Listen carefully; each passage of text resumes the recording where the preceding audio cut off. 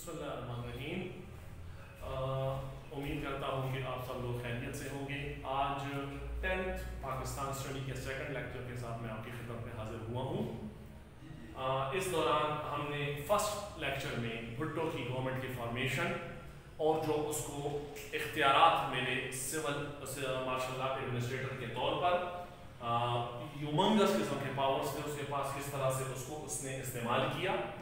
इसको इस्तेमाल करते हुए कुछ रिफॉर्म्स इसने की, जिसमें इकोनॉमिक रिफॉर्म्स को हमने पहले पढ़ लिया। आज सेकंड स्टेज में हम लेबर रिफॉर्म्स को पढ़ने की कोशिश करेंगे। लेबर के तौर पर भी भुट्टो ने, जो कि बजाते खुद वो सोशलिज्म की तरफ ज्यादा माइल था या उसका असर रसूख सोशलिज्म की तरफ आइडियोलॉजिकली ज्यादा नजदीक था, लिहाजा उसकी इंटेंशन सोशलिज्म की तरफ थी। और सोशलिज्म में चूंकि लेबर क्लास को इंपॉर्टेंस दी जाती है, उनको इकोनॉमी का बेसिक समझा जाता है, लिहाजा भुट्टो ने भी अपने इनसमाउंटेबल अथॉरिटी को यूज करते हुए लेबर क्लास को अपलिफ्ट करने की कोशिश की, जिनमें से लेबर रिफॉर्म्स बहुत इंपॉर्टेंट हैं। इनको वन बाय वन हम देखेंगे। उसके बाद इसकी इंडस्ट्रियल रिफॉर्म्स की तरफ हम आएंगे और उसके बाद लाइफ इंश्योरेंस की रिफॉर्म्स की तरफ आएंगे। इसके नेक्स्ट स्टेप में हम फिर इनके एजुकेशनल और एग्रीकल्चर से रिलेटेड रिफॉर्म्स को भी ज़ेरे बहस लाएंगे। अजीज तलबा, पहले हम लेबर रिफॉर्म्स को अगर देखें तो इसमें अगर आप देखें फर्स्ट इन्होंने ये for the first time in the history of the country इन्होंने लेबर लेजिस्लेशन की, जिसका मतलब है लेजिस्लेशन कहते हैं उस कानून को बुनियादी तौर पर जो जिसे पार्लियामेंट पास करे, ठीक है। लेबर लेजिस्लेशन का वर्ड यहाँ पर इस तरह से यूज हुआ है कि जो प्रोटेक्शन थी उनके राइट्स की, लेबर को जो प्रोटेक्शन दी गई थी, जो उनको सिक्योरेंस दी गई थी जॉब के हवाले से, डिफरेंट बेनिफिट्स जो जॉब के साथ रिलेटेड होते हैं उसके हवाले से, जो उनके लिए अपलिफ्ट और प्रॉमिसेस लाए गए थे, वो तमाम के तमाम जो थे कानूनी तौर पर मौजूदगी उनकी थी।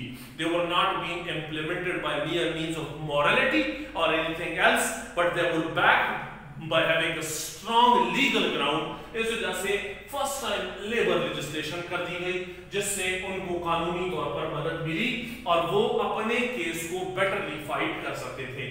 नंबर सेकंड, उसमें जो जबरदस्त बात थी कि वर्कर्स के फंडामेंटल राइट्स को इंश्योर करवाया गया।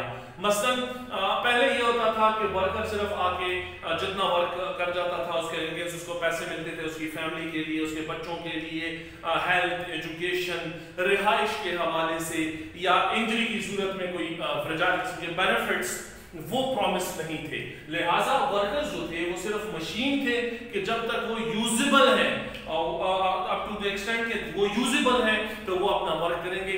As long as they cease to really perform well और probably be of the level which is required in the industrial sector, they would be nullified. उनको फिर खत्म कर दिया जाता था। नहीं, भुट्टो ने इस रविश को, इस सिस्टम को, इस प्रैक्टिस को तब्दील किया और वर्कर्स के लिए फंडामेंटल जो उनके राइट्स हैं, राइट टू लाइफ है जो उनको के उनकी जिंदगी वर्क के दौरान उसको सेफ्टी प्रोवाइड की जाए, फिर एजुकेशन उनके बच्चों के लिए, फिर बीमार होने की सूरत में कुछ जो प्रॉमिसेस हों, अगर दौरान वर्क वो जख्मी हो जाए तो उसको क्या क्या एफर्ट्स मुयस्सर आ सकती हैं, ये प्रोवाइड की गई। नंबर उसमें तो वर्कर्स के फंडामेंटल राइट्स के लिए भी कोशिशें की गई और अपने लेबर रिफॉर्म्स में वर्कर्स के लिए फंडामेंटल राइट्स भी प्रॉमिस किए गए।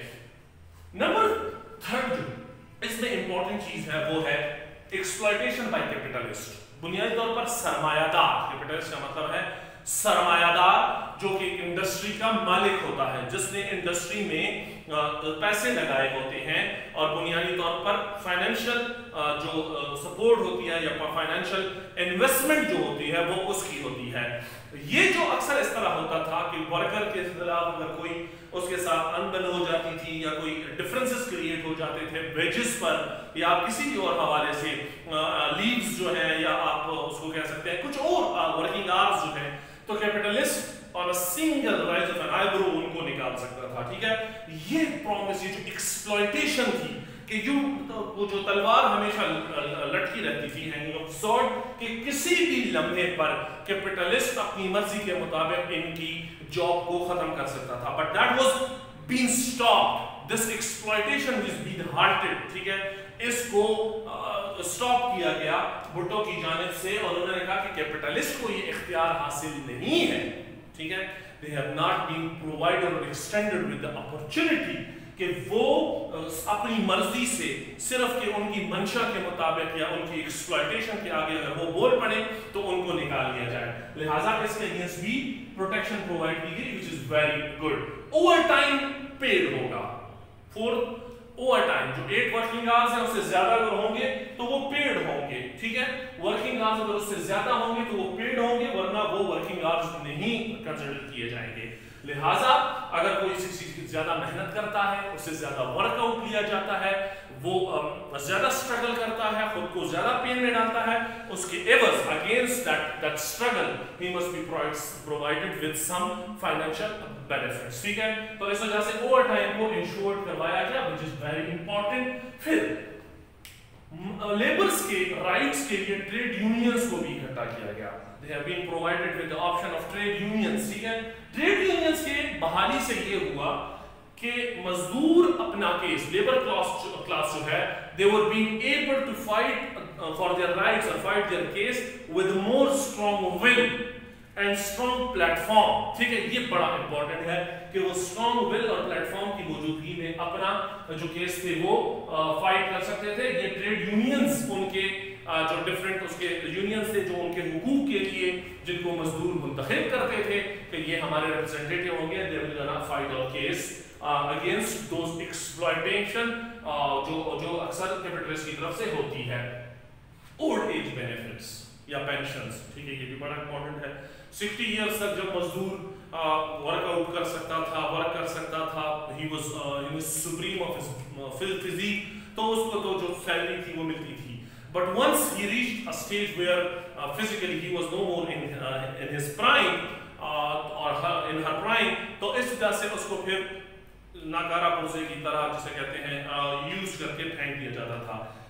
This practice was being stopped, ठीक है। इसमें कहा गया कि ओल्ड एज पेंशन भी आप देंगे, कि आप उनको उनके ओल्ड एज में जो उन्होंने बेनिफिट्स आपको पहुंचाई हैं, जो आपके उसका हिस्सा रहे हैं बिजनेस का, जो आपकी स्ट्रगल का, जो आपके आगे बढ़ने का हिस्सा रहे हैं, तो ओल्ड एज में भी उनको कुछ ना कुछ वो प्रोवाइड किया जाएगा, ठीक है। और प्रोटेक्शन अगेंस्ट डिसमिसल, कि आपको जिसे कहते हैं कि बेइंसाफी पर, ठीक है, आपके साथ कोई बेइंसाफी करके आपको जिसे कह सकते उसे आपको डिसमिस नहीं कर सकता, उसके लिए कोई सॉलिड वजह होगी। इफ The case is कि आप कोई किसी चीज में गिल्टी है, कोई और प्रॉब्लम है, then it is genuine unless and until किसी की मर्जी या मंशा के मुताबिक अगर आपको वो एक्सप्लॉइट करता है और आप उसके खिलाफ बोलते हैं, उस पे अगर आपको जिसे कहते हैं डिसमिस करना चाहता है या आपको थ्रेटन करता है, so it will be no more a threat as well, कि आप अब वो है सिक्योर है और आपको जो अनफेयर मींस से डिसमिसल, ऐसे कि आपको फेयर तरीके से ना डिसमिस किया जाए, प्रॉपर चैनल प्रॉपर उस प्रोसीजर के जरिए ना डिसमिस किया जाए, तो फिर आप उसके भी रोकथाम उसके लिए कानून साजी की गई और इस रविश को भी डिस्करेज किया गया, ठीक है। नाउ इंडस्ट्रीज, बेटा आप लोगों ने एक बात याद रखनी है, भुट्टो बुनियादी तौर पर सोशलिस्ट माइंडेड था, ठीक है। वो ये समझता था कि जो प्रॉब्लम है वो है सरमायादार। सरमायादार अक्सर हुकूमत से भी ताकतवर हो जाते हैं। डिफरेंट माफियाज आजकल भी आप देख रहे हैं उनकी मौजूदगी है, ठीक है, मुख्तलिफ माफियाज की मौजूदगी है। उसमें आप बहुत सारे उसमें देखते हैं, खुराक के से लेकर पेट्रोलियम तक के माफियाज मौजूद हैं। वो ये कहता था कि जो बेसिक इंडस्ट्री है वो गवर्नमेंट के अंडर कंट्रोल होनी चाहिए, ठीक है। फिर हर एक को उसकी काबिलियत उसके वर्क के मुताबिक उसको वर्क मिलेगी, लेकिन बुनियादी तौर पर जो उस पर कंट्रोल हो वो स्टेट का हो, ठीक है। क्योंकि जब तक स्टेट की कंट्रोल नहीं रहेंगे ये लोग एक्सप्लॉयटेशन पर उतर आते हैं और एक्सप्लॉयटेशन शुरू कर देते हैं। लिहाजा इंडस्ट्रीज को नेशनलाइज कर दिया गया, ठीक है। 1972 में एक ऑर्डिनेंस के तहत। Now what is ordinance? Ordinance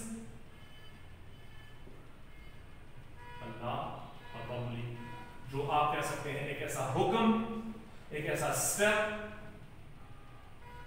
bye head of the state, ठीक है। हेड ऑफ द स्टेट जो एक ऑर्डर दे दे किसी चीज के मुतालिक, उसको इम्प्लीमेंट करने के मुतालिक, उसको वर्क आउट करने के मुतालिक हेड ऑफ द स्टेट को ऑर्डर दे दे। ऑर्डिनेंस का ये होता है बेटा कि इसको कुछ अरसे के दौरान लेजिस्लेचर से पास करना होता है, वरना ये नलिफाइड हो जाता है अनलेस एंड अनटिल उसे एक्सटेंशन दोबारा न मिल जाए। यानी इसमें सनसेट क्लॉज है, वेरी इंपॉर्टेंट, सनसेट क्लॉज है। इसका मतलब है कि खुद ब खुद ये कुछ टाइम बाद एक्सपायर हो जाता है अगर इसे रिन्यूअल नहीं किया जाता, और अगर इसे पार्लियामेंट से पास कर दिया जाए तो फिर ये बाकायदा कानून का हिस्सा बन जाता है। हेड ऑफ द स्टेट जो कि हमारे मुल्क में प्रेसिडेंट है, हेड ऑफ द गवर्नमेंट जो कि हमारे मुल्क में प्राइम मिनिस्टर है, ठीक है, वो इस लॉ को पास करते हैं। नेशनलाइजेशन के लिए 1972 में एक ऑर्डिनेंस आया जिसमें इंडस्ट्रीज नेशनलाइज कर दी गई। तो बेसिक इंडस्ट्रीज में बड़ी बड़ी इंडस्ट्रीज नेशनलाइज की गई, उनमें आयरन, स्टील की इंडस्ट्री, बेसिक मेटलर्जी जो डिफरेंट धातुओं को उसको फर्निश करने के लिए जो इंडस्ट्री है, ठीक है, हैवी इंजीनियरिंग, ऑयल, गैस, इनकी इंडस्ट्रीज को नेशनलाइज करके कौमी तहवील में ले लिया गया, अंडर गवर्नमेंट कंट्रोल ले लिया गया। एक बात इसमें है कि इन्वेस्टर्स का कॉन्फिडेंस इससे शेक हुआ, ठीक है, वेरी इंपॉर्टेंट। इन्वेस्टर्स जो था वो समझ गया कि अब कॉन्फिडेंस शेक है, ठीक है, उसका इन्वेस्टर का कॉन्फिडेंस शेक हुआ, क्योंकि कारोबार के लिए अगर किसी शख्स को ये पता है कि मैंने कारोबार डेवलप कर देना है और एट द एंड उसका नतीजा ये निकलना है कि वो गवर्नमेंट के पास चला जाएगा, सो वो डेफिनेटली अपनी इन्वेस्टमेंट नहीं करेगा। इन्वेस्टमेंट प्रोटेक्शन मांगती है, इन्वेस्टर्स जो है वो प्रोटेक्शन के ख्वाहा होते हैं, लिहाजा इन्वेस्टर्स ने इसमें से इसको बहुत इस पर असर पड़ा, इकोनॉमी हमारी जोल्टेड हुई, उसको झटके लगे, ठीक है, और कॉन्फिडेंस जो था इन्वेस्टर्स का वो शेक हुआ, लिहाजा इकोनॉमी डीरेल हुई। तो नेशनलाइजेशन ऑफ इंडस्ट्री जिसमें बेसिक इंडस्ट्री शामिल थी, उसके उस तरह से स्टेप्स लेने से काफी एक प्रॉब्लम्स डेवलप हुए, ठीक है। इसके बाद हम आ जाते हैं लाइफ इंश्योरेंस और बैंकिंग, ठीक है, इन दो इंडस्ट्रीज को भी नेशनलाइज कर दिया गया, ठीक है। जितने लाइफ इंश्योरेंस के वो थी डिफरेंट कंपनीज थी, 19 मार्च 1972 को इनको स्टेट लाइफ इंश्योरेंस के अंडर कमांड ले आए, ठीक है, स्टेट लाइफ इंश्योरेंस के अंडर कमांड ला के इसको जो है कंप्लीटली नेशनलाइज कर दिया गया, और ये एक गवर्नमेंट इदारा था, ठीक है। नंबर सेकंड जो था बैंक्स जो थे इनको मई 1972 में नेशनलाइज कर दिया गया, और एक ऑर्डिनेंस पास हुआ और इसके तहत इसको नेशनलाइज कर दिया गया, ठीक है। इसकी भी परफॉर्मेंस ड्रॉप हुई, ऑब्वियसली जब कंपटीशन का माहौल ना हो, जब सिक्योरेंस ना हो, जब सरमाए पर आपको लगे कि ऐसी कोई प्रॉब्लम आ सकती है जिससे हमें प्रॉब्लम हमारा जो हमारी एफिशिएंसी है वो मुतासिर हो सकती है, हमारा हमने जो इन्वेस्टमेंट की है उसको वो जोल्टेड हो सकता है, उसको वो किसी भी टाइम गवर्नमेंट अपने कंट्रोल में ले सकती है, जब इस तरह के वो इनसिक्योरेंस हो, ठीक है, और एनवायरनमेंट में क्लियरेंस ना हो, गवर्नमेंट पॉलिसीज हमेशा प्रोटेक्शन देती है, जैसे बहुत सारे यूरोपियन कंट्रीज हैं, आप उधर जाएं, आप सिर्फ एक दफा इन्वेस्टमेंट का कहें, वीजा भी आपको देंगे सूटेबल, और साइट्स भी आपको बताएंगे, अप एंड डाउन्स भी उसके बताएंगे, प्रोज एंड कॉन्स भी उसके बताएंगे आपको डिफरेंट कारोबारों के, ठीक है। तो लिहाजा गवर्नमेंट हमेशा सरमायादारों को प्रोटेक्ट करती है। यहाँ पर जो 2-3 ऑर्डिनेंस आए, जैसे 19 मार्च 1972 के ऑर्डिनेंस है, जवाब जो इंश्योरेंस कंपनीज थी उनको नेशनलाइज करके स्टेट लाइफ इंश्योरेंस के अंडर कर दिया गया। बैंक्स को में 1972 के ऑर्डिनेंस के तहत स्टेट बैंक ऑफ पाकिस्तान के अंडर कंट्रोल में कर दिया गया।